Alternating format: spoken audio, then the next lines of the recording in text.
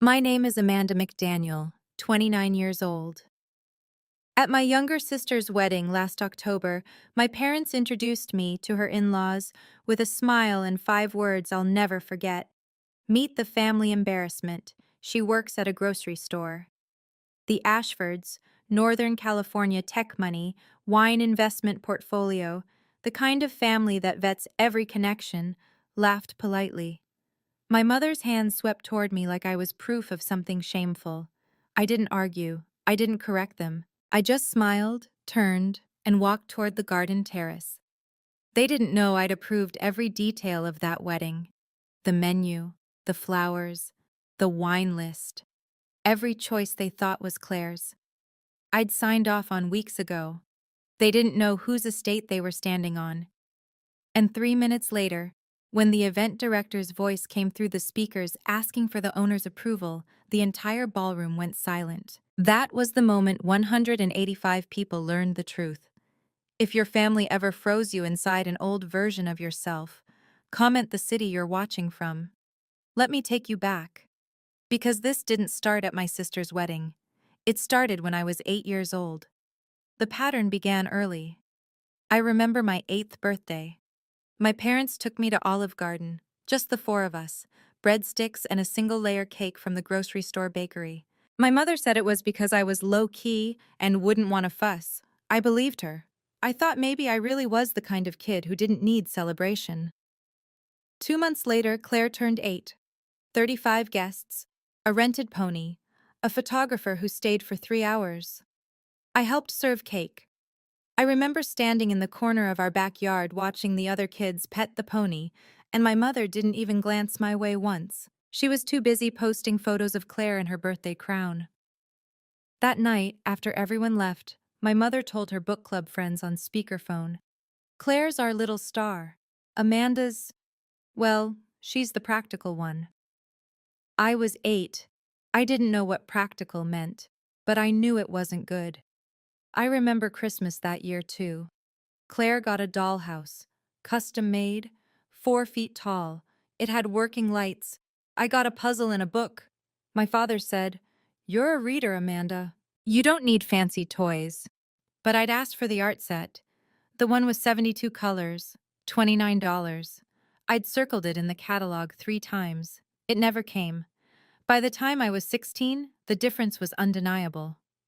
Claire wanted to do pageants. My parents wrote a check for $15,000. Custom gowns, coaching, travel to preliminaries for Miss Teen California. I wanted to go to debate camp.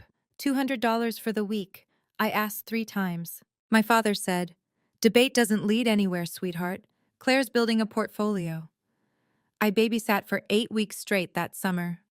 6 different families, evenings and weekends. I earned the money myself. $215 total. Enough for camp plus gas money. I went to the state finals in Sacramento. I'd prepared for 6 weeks. My closing argument was on criminal justice reform. I remember standing at that podium, seeing the judges' faces shift when I hit my final point. I placed first. Out of 230 students. I called my parents from the auditorium lobby. My mother answered. "I won," I said. "First in state." There was a pause. Then she said, "That's wonderful, honey. Listen, we're at Claire's pageant in San Diego. She didn't place and she's pretty upset. We'll celebrate your thing when we get home, okay?" We never did. When I got home with my trophy, my mother glanced at it for maybe 3 seconds. Then she said, "That's nice, honey. Help me unload Claire's suitcase from the car." The trophy sat in my room for 2 years. They never asked to see it, never mentioned it to anyone. But Claire's pageant photos? Those went on the mantle. I was 19 when the real break happened. I got into UC Berkeley, economics major, full acceptance letter. I was so proud. My parents sat me down at the kitchen table and told me they wanted me to go to the state school where Claire was enrolled. Marketing program, stay close, help build the family business. We didn't have a family business. I said I was going to Berkeley. My mother's face went cold. She said, "If you're so smart, figure it out yourself." They cut me off. tuition, housing, everything. I took out $42,000 in student loans. I worked at the campus library for $9 an hour. I catered events on weekends, serving champagne at weddings for people who didn't see me. By junior year, I was working 25 hours a week at Trader Joe's just to cover rent and food. I remember the exhaustion. Classes until 3, work until 10, homework until 2 in the morning. I'd fall asleep at my desk sometimes, forehead on my economics textbook. But I kept my GPA at 3.8. I graduated cum laude. And when I walked across that stage, my parents weren't there. They were helping Claire move into her first apartment, the one they'd paid the deposit on. $1,500 they didn't have for my textbooks, but had for her furniture.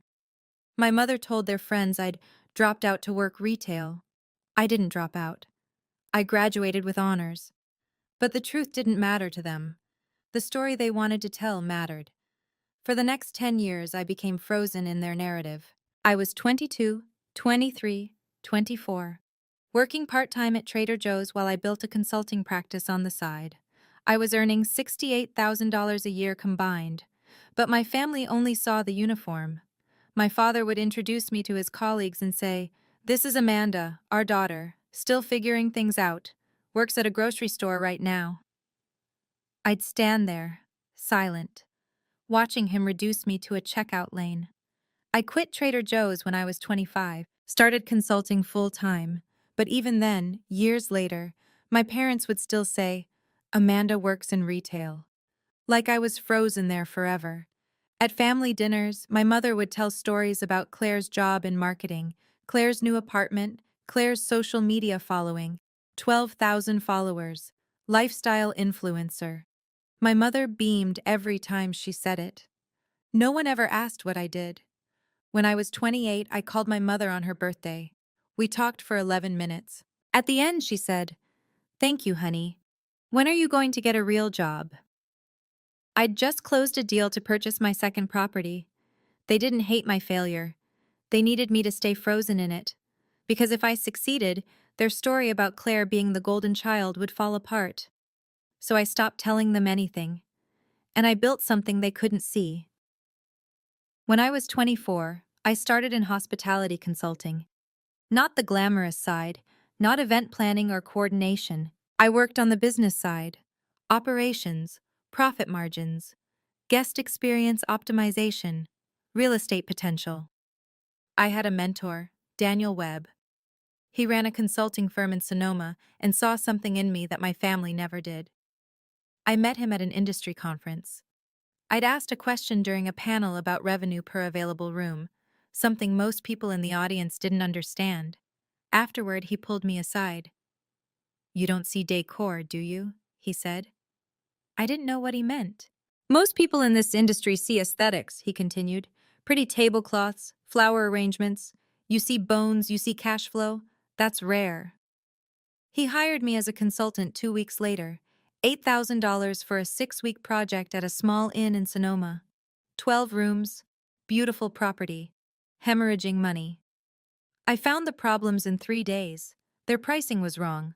Their staffing model was inefficient. They were spending $45,000 a year on services they didn't need. I gave them a 30-page report, restructured their operations. 6 months later, their profit margin had doubled. Daniel called me. "I'm getting calls about you. People want to know who did the turnaround." That's how it started. Word spread. I started getting more clients, small venues, bed and breakfasts, event spaces that were bleeding money and didn't know why. I worked nights, weekends. I'd sit in hotel lobbies with my laptop, analyzing spreadsheets until 2 in the morning. I loved it. For the first time in my life, I was being seen for what I could do, not what I wasn't. By the time I was 26, I had enough savings to invest. I'd been watching the market for 2 years, waiting for the right opportunity. I found it in March. A distressed property in Sonoma. A 12-room inn that hadn't been updated since the 90s. The owners were desperate. Divorce. Bankruptcy filing in 60 days. The asking price was $380,000. I had $76,000 in savings. Everything I'd earned. Every dollar I hadn't spent on rent or food or anything that wasn't essential. I went to the bank. A commercial property loan. The loan officer looked at me like I was delusional. "You're 26, he said. "And you want a commercial property loan for $300,000? I slid a folder across his desk. "I have a 3-year projection in comps. Read it." He read it. I got the loan. The day I closed, I drove to the property alone. It was raining. March in Sonoma. Cold and gray. The inn looked worse than the photos. Peeling paint. Cracked walkway. A broken sign that said vacancy in faded red letters. I stood in the parking lot with the keys in my hand and thought, what have I done? I'd just taken on $300,000 in debt. If this failed, I'd lose everything. I unlocked the front door. The lobby smelled like mildew and old carpet. There was water damage on the ceiling. The furniture was from 1987. But I could see it. I could see what it would become. I spent the next 14 months renovating. I did some of the work myself. Painted, stripped wallpaper, refinished the front desk. I hired contractors for the big things: plumbing, electrical, roof. I worked 70-hour weeks, consulting during the day, renovation at night. There were moments I thought I wouldn't make it. A pipe burst in November. Cost me $12,000 I didn't have. I put it on a credit card and didn't sleep for 3 days.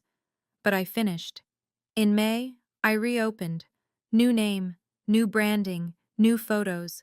The first booking came in that week. Then another. Then another.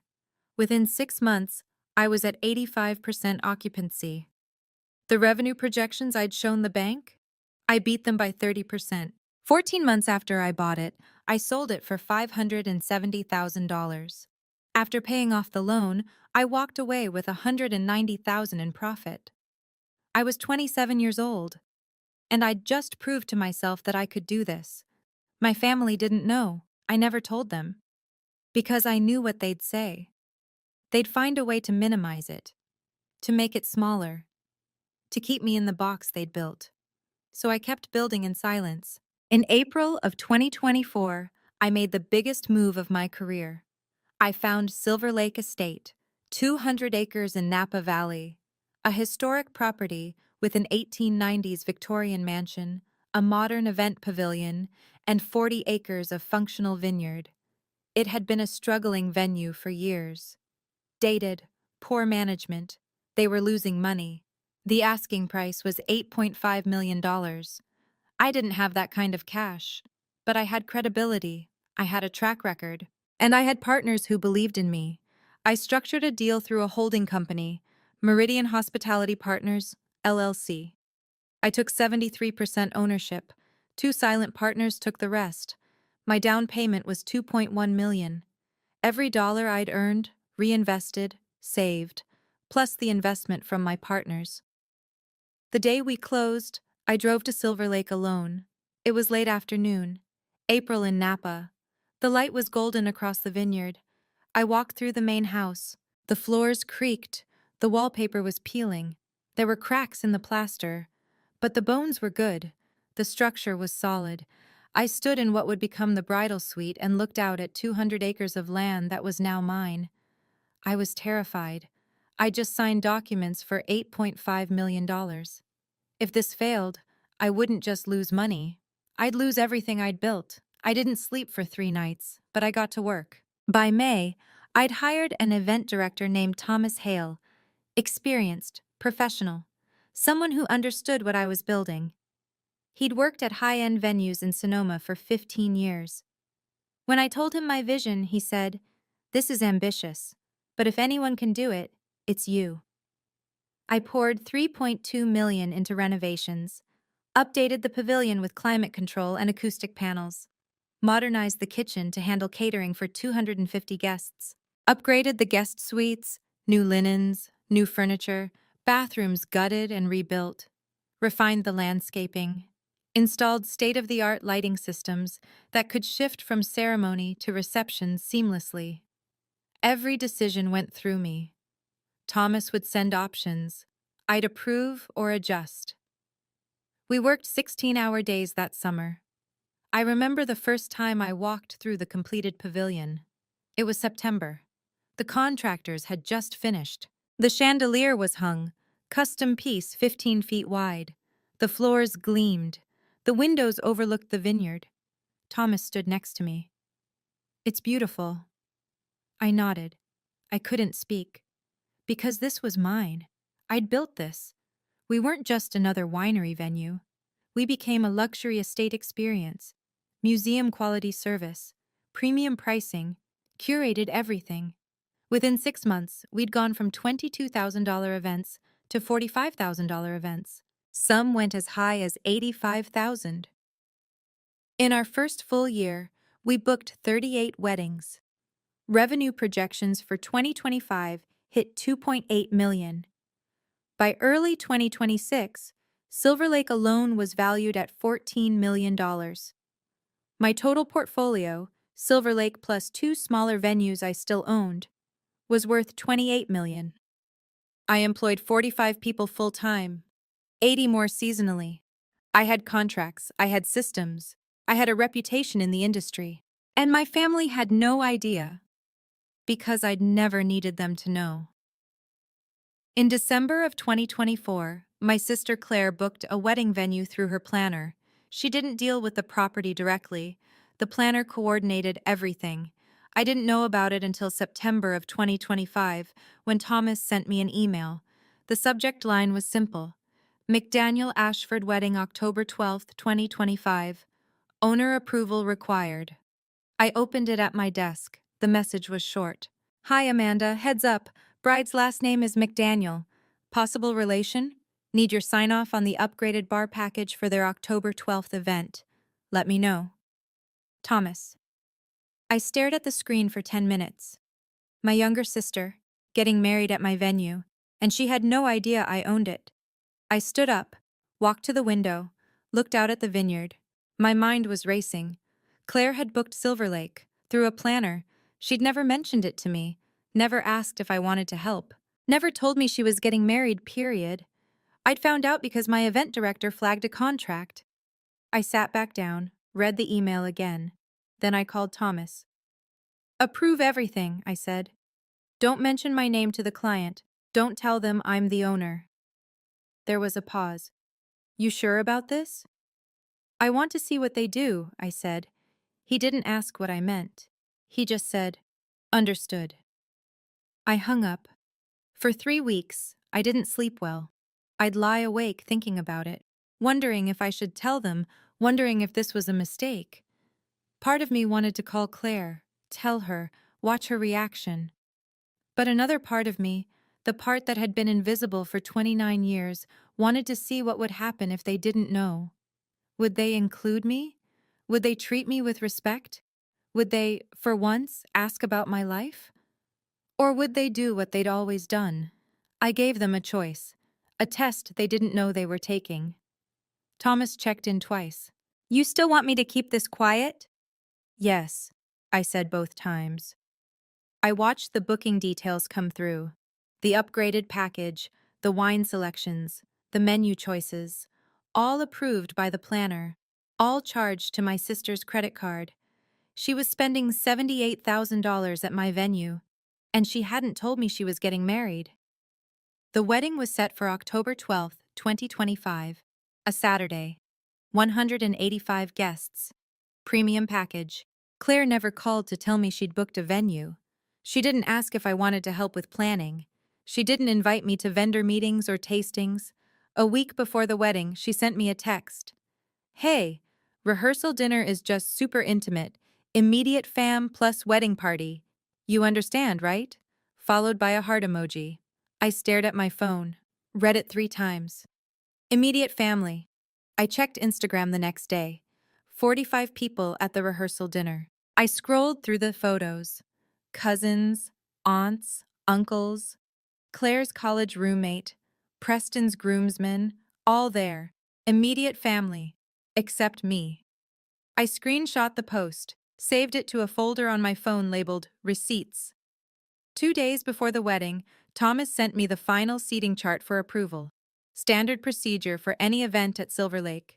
The owner always reviews guest placement for logistical reasons: fire code, accessibility, service flow. I opened the file. Family tables were front and center. Tables 1 and 2, right near the dance floor. My parents, Claire, the groom's family, close relatives. I scrolled down. Table 14. My name was there. Amanda McDonald. 8 people I didn't know. Strangers. Table 14 was near the service corridor, the door the kitchen staff used to bring in supplies and take out trash. And my name was wrong. McDonald, not McDaniel. I felt my chest tighten, not with sadness, with clarity. They'd placed me as far from the family as possible, in the worst location in the room, and they couldn't even spell my name correctly. I called Thomas. He answered on the first ring. "I saw the seating chart," I said. "Yeah." His voice was careful. "I flagged it. Want me to fix it?" I looked at the screen again. Table 14, next to the trash corridor. "Leave it," I said. "I want to see where they put me." There was a pause. Then he said quietly, "I'm sorry, Amanda." "Don't be," I said. "This is exactly what I needed to know." I hung up. That afternoon, I went to Silver Lake. It was quiet. No events scheduled. I walked through the empty ballroom. 250 seats arranged in perfect rows. Tables set with linens and silverware, the chandelier casting soft light across the stone floors. Every detail in that room was a decision I'd made. Every vendor I'd vetted, every system I'd built. I'd chosen the color of the napkins, the height of the centerpieces, the angle of the lighting. And my family had placed me at table 14, near the trash corridor, with my name spelled wrong. I stood there for a long time, just breathing. They didn't just not know about my success, they actively refused to see me. I walked back to my office, sat down, opened my laptop. I didn't cancel the wedding. I didn't change anything. I just waited. The Ashford family arrived on October 11th. They checked into our guest suites. Douglas and Eleanor Ashford, Preston, the groom, Vanessa, his older sister. I watched from my office window as they walked the grounds. Eleanor stopped to admire the vineyard views. Douglas asked one of our staff about the property's history. I heard the staff member say, "It's privately held, sir. Ownership prefers to stay behind the scenes."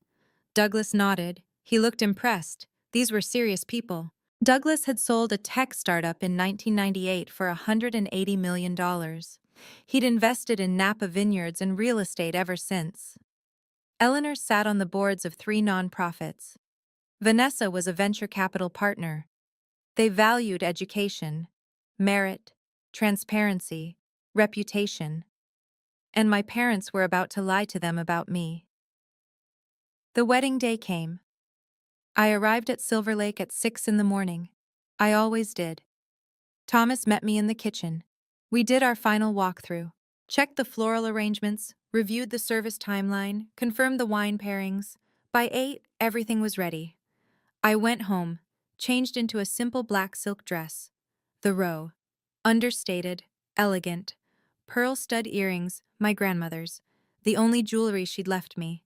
My parents had given Claire everything else. Black Louboutin pumps, hair in a low bun, minimal makeup, no flash, no statement. Just quiet presence. I looked at myself in the mirror, took a breath. This was it. I came back at 4:30. The ceremony started at 5. I sat in the last row. Not the family section. Rows 1 through 3 were reserved for immediate family. I was in row 12, behind people I'd never met. The officiant began. The bride's parents, who have supported her every step of this journey. The camera panned to my parents. They smiled, beaming with pride. No mention of me. I didn't cry, I just watched. Claire walked down the aisle in a gown I knew cost $18,000. My parents had paid for it.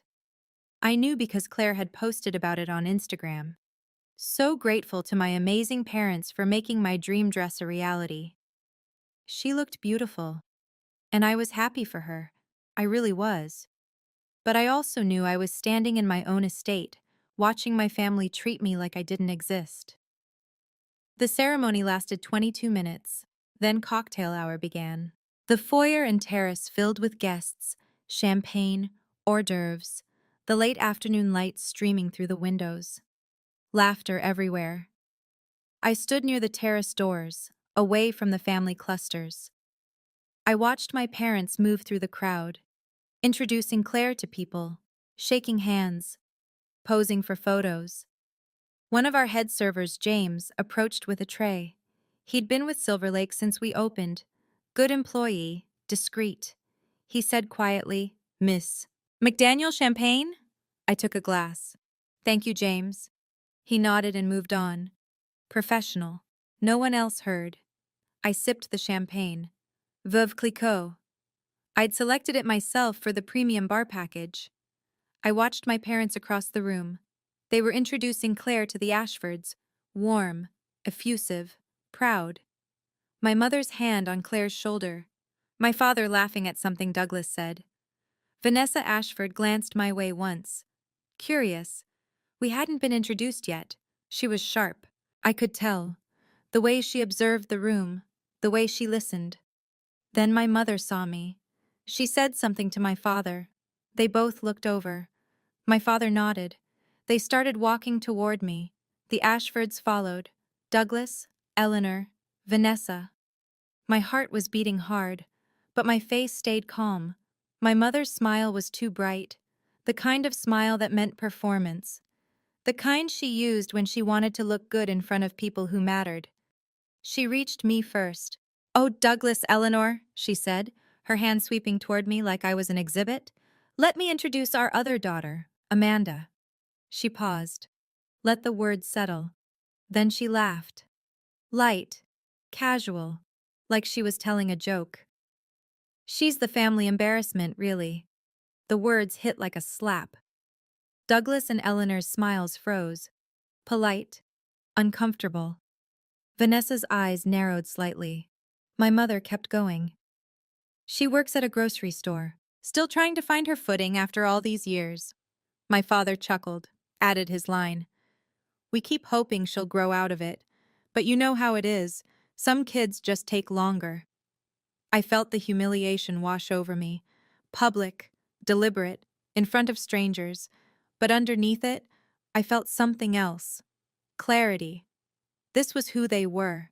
This was what they needed me to be. I stood there for 3 seconds, silent. Let the humiliation sit in the air between us.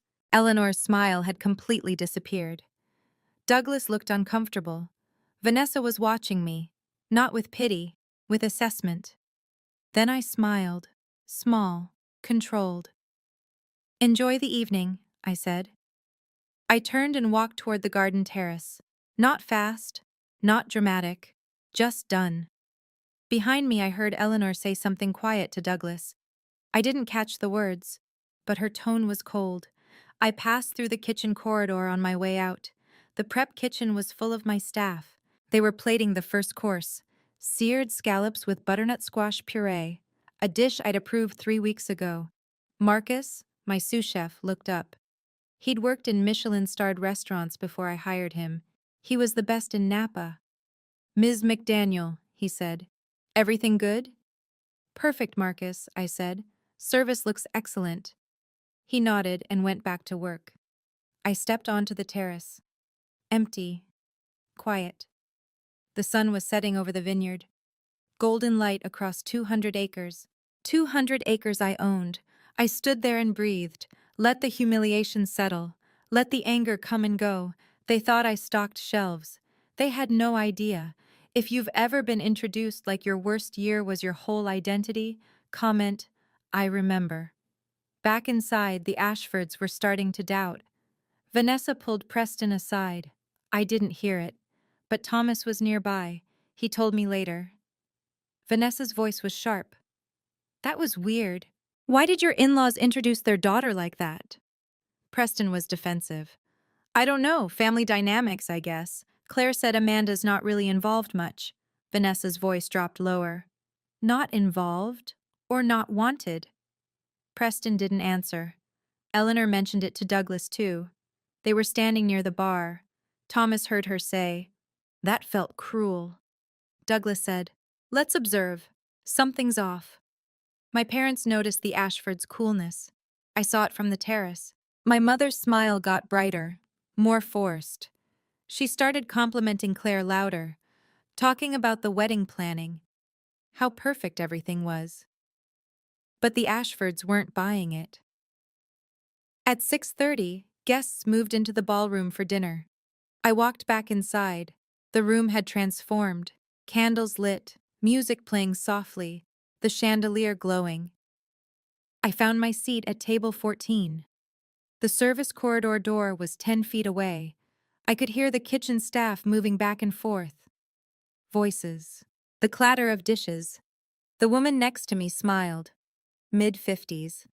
Someone's aunt, probably. "Have you been here before? This place is stunning." "Once or twice," I said. She gestured around. "I can't imagine what it costs to book this venue. Must be a fortune." I just smiled. Dinner began. 4 courses, wine pairings. Every dish was something I'd approved. Seared scallops, beef tenderloin with truffle butter, roasted root vegetables, lemon panna cotta for dessert. I ate in silence, watched the room, my room. The family tables were animated, laughing, toasting. My parents were holding court, telling stories, being charming. At table 14, I was invisible. I looked at my name card. Amanda McDonald. Wrong name, wrong table, wrong life according to them. But I knew something they didn't. Every detail in this room was mine. The menu they were eating, the wine they were drinking, the lights, the flowers, the music, the staff moving efficiently through service, the systems that made it all work seamlessly. They were dining inside my empire, and they had no idea. At 6:42, I saw movement near the service bar. Our head sommelier was talking into his radio. His face looked stressed. Thomas appeared a moment later. They spoke quickly. I couldn't hear them from table 14, but I knew what was happening. We'd run out of the reserve Cabernet for tables 6 through 9. A warehouse miscommunication. The substitute was our library vintage. $850 per bottle instead of $320. Contract policy was clear. Any substitution over $200 per bottle required owner approval. I watched Thomas pull out his phone. Try to call me. My phone was in my clutch. On silent. He waited. Tried again. Nothing. He looked around the room. Then he looked at me. Our eyes met across the ballroom. I gave him a small nod. He understood. He had no choice. At 6:45, Thomas walked to the microphone at the front of the ballroom. The room was loud, conversations overlapping, music playing, silverware clinking on china. He tapped the microphone twice. The sound echoed. Conversations began to quiet. People looked up. He spoke clearly, professionally. His voice carried across the room. "Pardon the interruption, everyone. Ms. McDaniel, if you're available, we need ownership approval on a wine substitution matter. Could you meet me near the service bar?" The ballroom went silent. 185 guests, 15 staff, 200 people stopped moving. The music stopped. Everyone looked around, searching for Ms. McDaniel. My parents looked confused. They glanced at each other. Who was Ms. McDaniel? Claire's face was blank, lost. Douglas Ashford's head turned, scanning the room. I stood up from table 14. Every eye in the room turned to me. I could feel it. The weight of 200 gazes. The question in the air. I walked across the ballroom, 35 steps from table 14 to the service bar. 18 seconds that felt like minutes. My posture was straight. My face was calm. I didn't hurry, didn't look down. As I passed table 7, I saw Douglas lean forward, watching. As I passed table 2, I saw my mother's face. Confusion shifting to something else. Recognition, maybe. Fear. I saw staff members snap to attention. Marcus straightened in the kitchen doorway. James stepped aside near the bar. They knew who I was. They'd always known. Guests started whispering, "Wait, who is that?" I thought she was just a guest. "McDaniel. That's the bride's last name. Is she related?" She was sitting way in the back. I reached the service bar. Thomas was waiting. He handed me an iPad. His voice was professional, but his eyes held something else. Respect. Maybe relief. He said, loud enough for the closest 50 people to hear, "Miss McDaniel, apologies for pulling you away. We need your authorization to substitute the reserve Cabernet with our 2018 library selection for tables 6 through 9. It's a $530 per bottle variance." I took the iPad, read the substitution request. 15 seconds. The room stayed silent, waiting. I signed with my finger. The signature appeared on screen. Amanda McDaniel, owner authorization. "Approved," I said. My voice was steady, clear. "Use the library vintage." "Thank you," Thomas said. "I'll have the sommelier proceed." He took the iPad back. The room was still silent. And then Douglas Ashford stood up. He was at table 7, right in the center of the family section. His chair scraped against the floor. The sound was loud in the silence. His voice carried, confusion and realization mixing together. "Wait." He looked directly at me. "Ms. McDaniel, you're the owner of Silver Lake Estate?" 200 people held their breath. I turned to face him, met his eyes. "Majority owner, yes," I said, "through Meridian Hospitality Partners." The silence somehow deepened. Eleanor Ashford's hand went to her mouth. Her eyes were wide. Preston looked frozen. His face had gone pale. Vanessa smiled. Just a little, like pieces of a puzzle were finally clicking together. And my mother stood there like a statue. Her champagne glass halfway to her lips, stopped mid-motion. My father's face drained of color. White. Shocked. Eleanor said it quietly, but in the silence everyone heard. "Oh my God." Her voice was barely a whisper. "They told us she works at a grocery store." No one moved. No one spoke. Claire's face crumpled. She looked at me, then at our parents, then back at me. Tears started forming. Preston reached for her hand, but he looked shaken too. My father finally found his voice. "Amanda, we can explain." I held up one hand. Calm, firm, final. "Please sit down," I said. "Enjoy your dinner." I turned and walked back to table 14. They let me go. Every step back, I felt eyes on me. But I didn't look at anyone. I just walked. Steady. Calm. I reached table 14, sat down. The woman next to me was staring. You own this place?" I picked up my wine glass. "I do." She didn't know what to say. The ballroom stayed silent for 10 more seconds. Then, slowly, conversations started again. Muted. Stunned. Whispered. Dinner service continued, but the energy had shifted. Fractured. At my parents' table, they sat frozen. My mother's hands were shaking. My father kept looking at me, then looking away. At table 7, Douglas was speaking quietly to Eleanor. She nodded.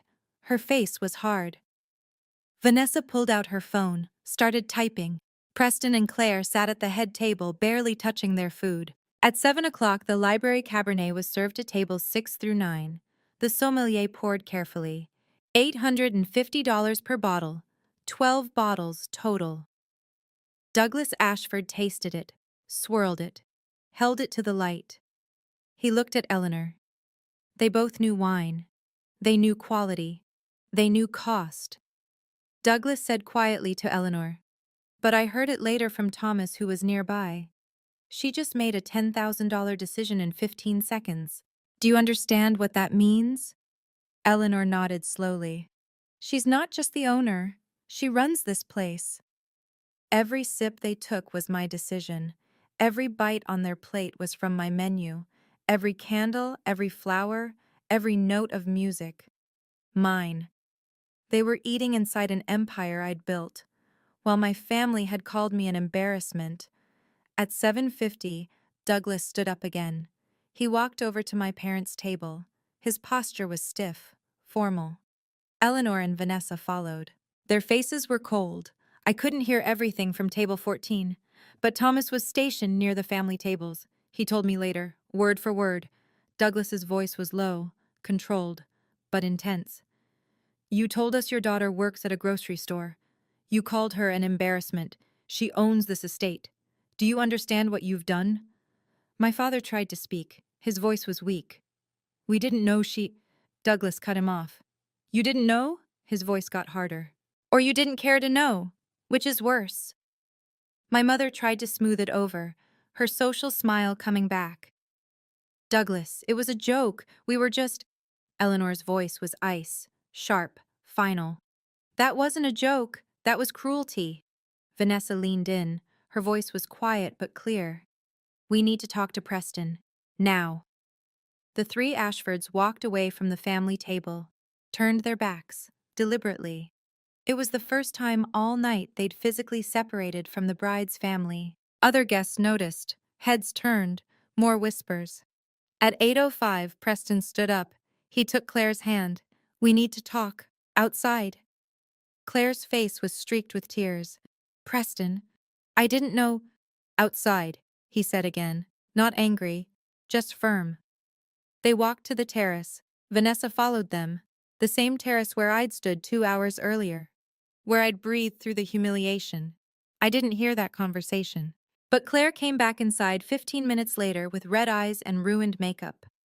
Preston's arm was around her, but his face was tight, stressed. Vanessa came back separately.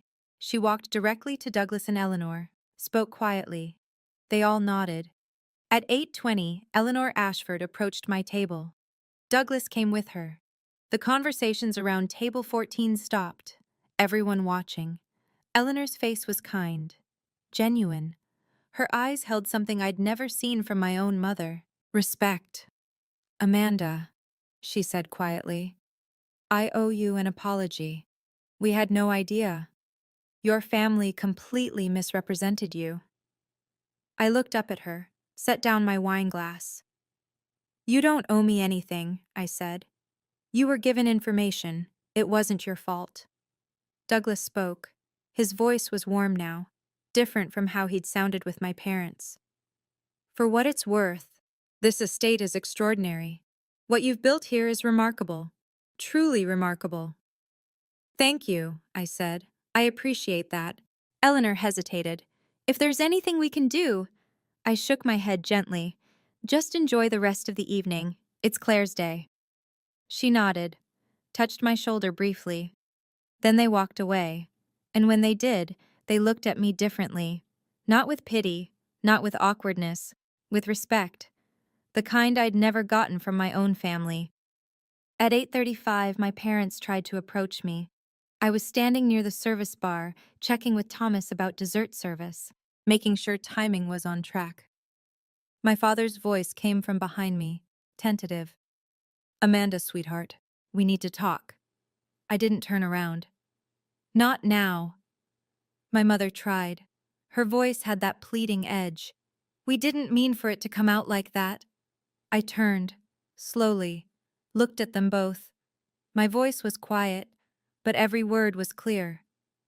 You meant every word. You've been saying it for 10 years. The only difference is now people know you were lying. My father tried again, reaching. We can fix this. There's nothing to fix, I said. Just let me work. I turned back to Thomas. Dismissed them.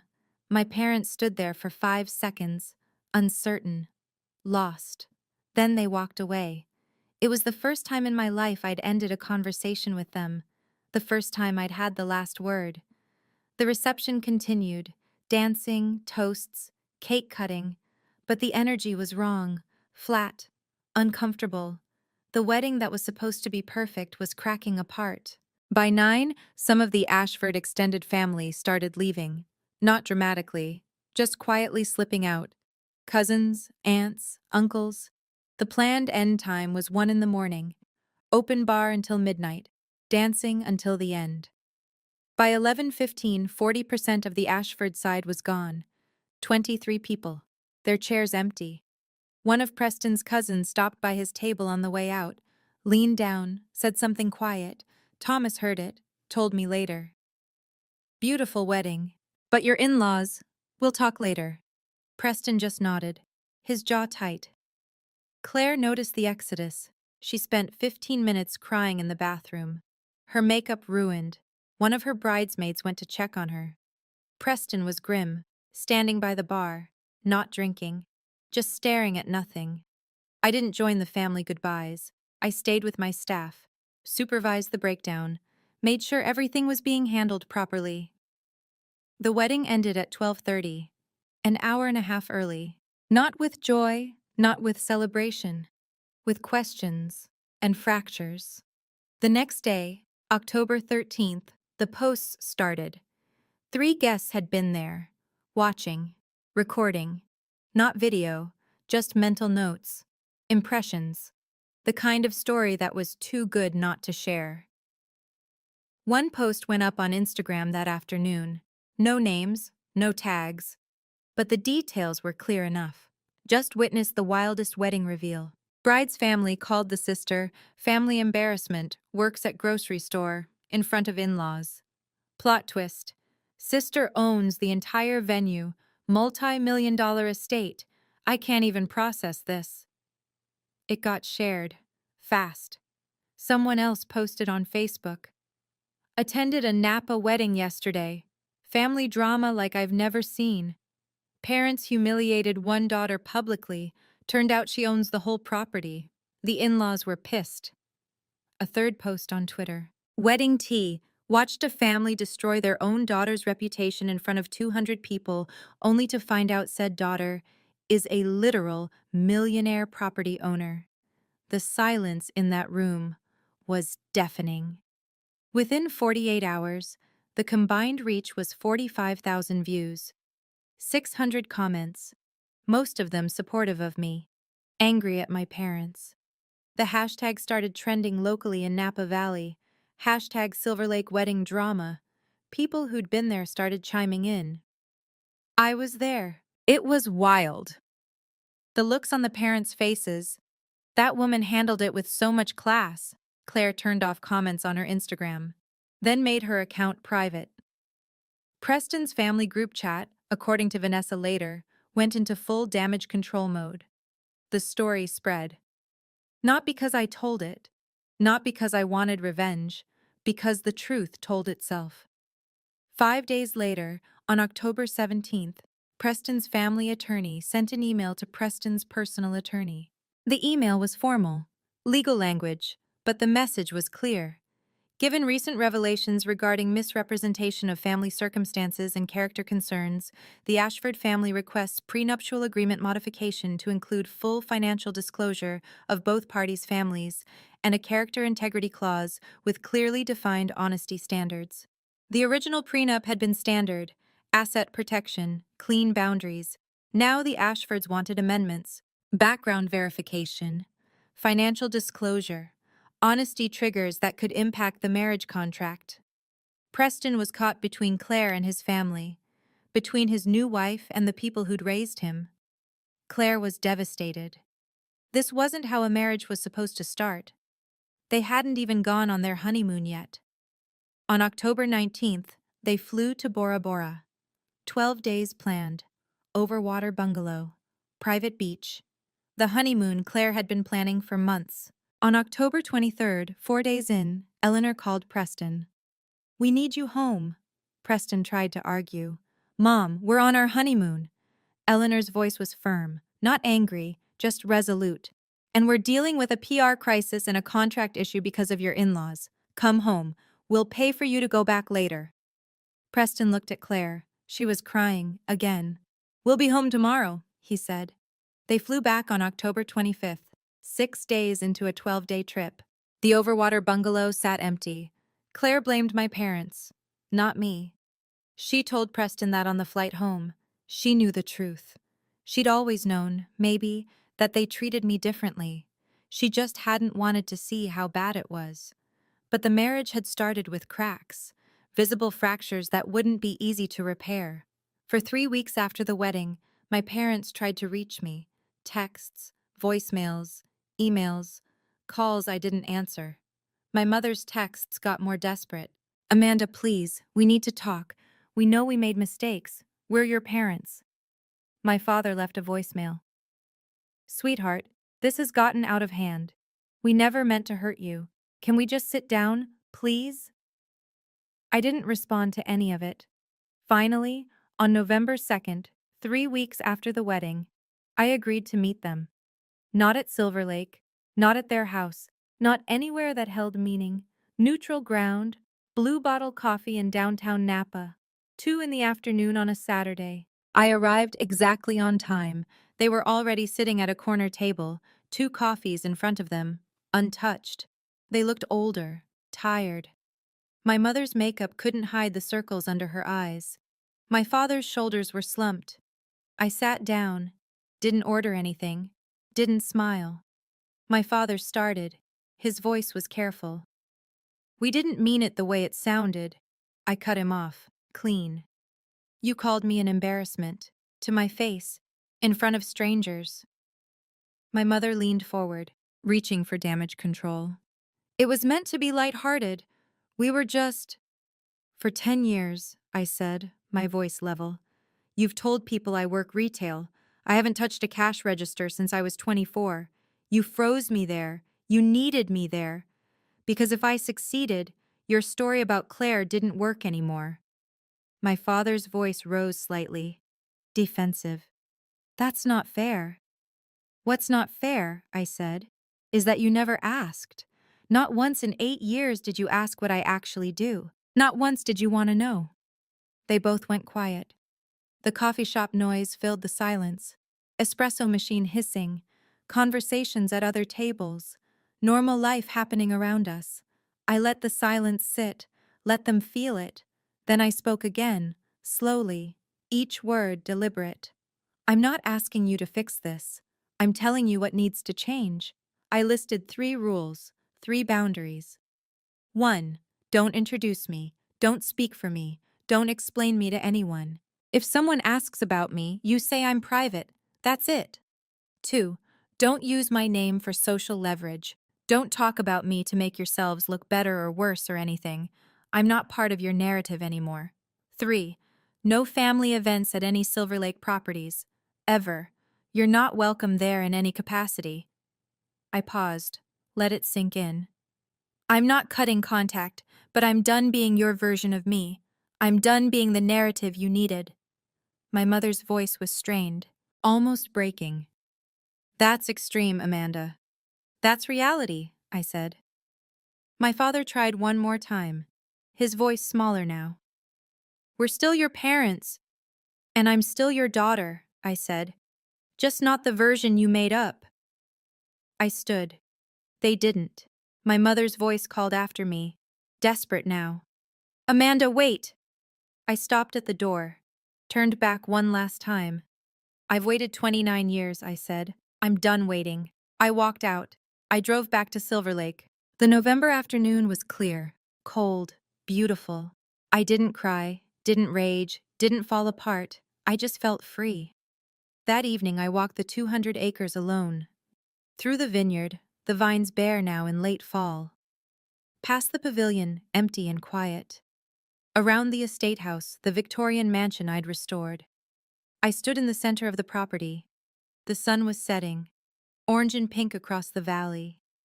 I thought about the girl I'd been, 8 years old, helping serve cake at her sister's birthday party. 16, babysitting all summer to pay for debate camp. 19, working 3 jobs to get through Berkeley. 26, standing in a run-down inn with $76,000 and a dream. 29, standing on 200 acres that were mine. I didn't feel invisible anymore. I felt seen. By myself. And that was enough. 2 weeks later, Douglas Ashford reached out.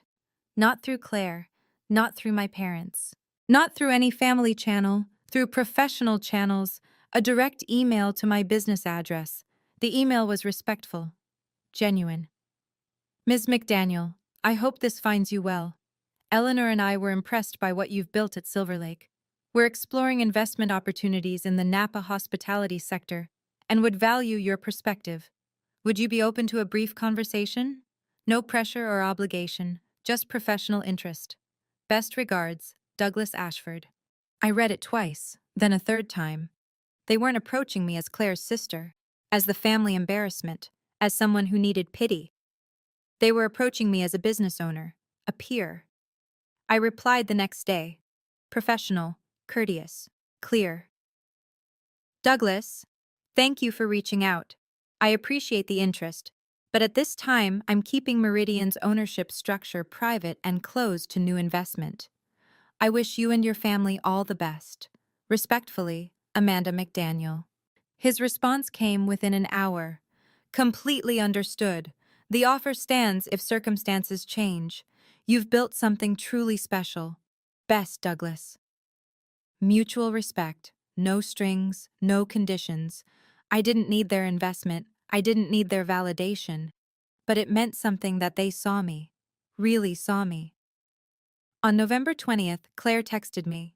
It was the first time since the wedding, 6 weeks of silence. The message was long, raw. Amanda, I know I don't deserve a reply. I probably don't deserve your time at all, but I need you to know something. I didn't know. About Silver Lake, about how bad they treated you, about any of it. I was blind. I was the golden child, and I never questioned why. I never asked what that cost you. I'm sorry. Not for them. For me. For not seeing you. For not asking. For being part of a system that hurt you. I don't expect forgiveness. I just needed you to know. Claire. I read it 3 times, sat with it for 2 days.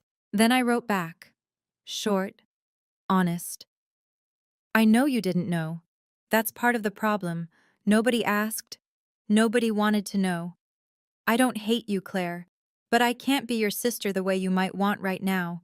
Take care of yourself. Not warm, not hostile, just honest. The door wasn't slammed shut, just left ajar, cracked open enough for air, but not enough for them to walk back through like nothing happened. Because Claire wasn't my enemy. She never had been. She was just the golden child in a system I'd never fit. And that system had broken us both in different ways. If you had to choose, would you forgive them or set a boundary? Comment one word, forgive or boundary. I didn't become visible that night at Silver Lake. I had been visible all along, building, earning, owning, creating something real and lasting and mine. They just needed me small enough not to notice, small enough to fit the story they wanted to tell, small enough to make Claire shine brighter. Now they know. The Ashfords know. The 185 guests know. The 45,000 people who saw those posts know. And I don't need them to acknowledge it. I don't need them to apologize or change or finally see me the way I deserve to be seen, because I already know who I am. I'm Amanda McDaniel, 29 years old, owner of Silver Lake Estate and 6 other properties across Northern California, builder of a $28 million hospitality portfolio, employer of 125 people, daughter of parents who couldn't see past their own story, sister to a woman who's learning to see clearly for the first time, and owner of every choice I make from here forward. I didn't need their approval to build my empire, and I don't need it now.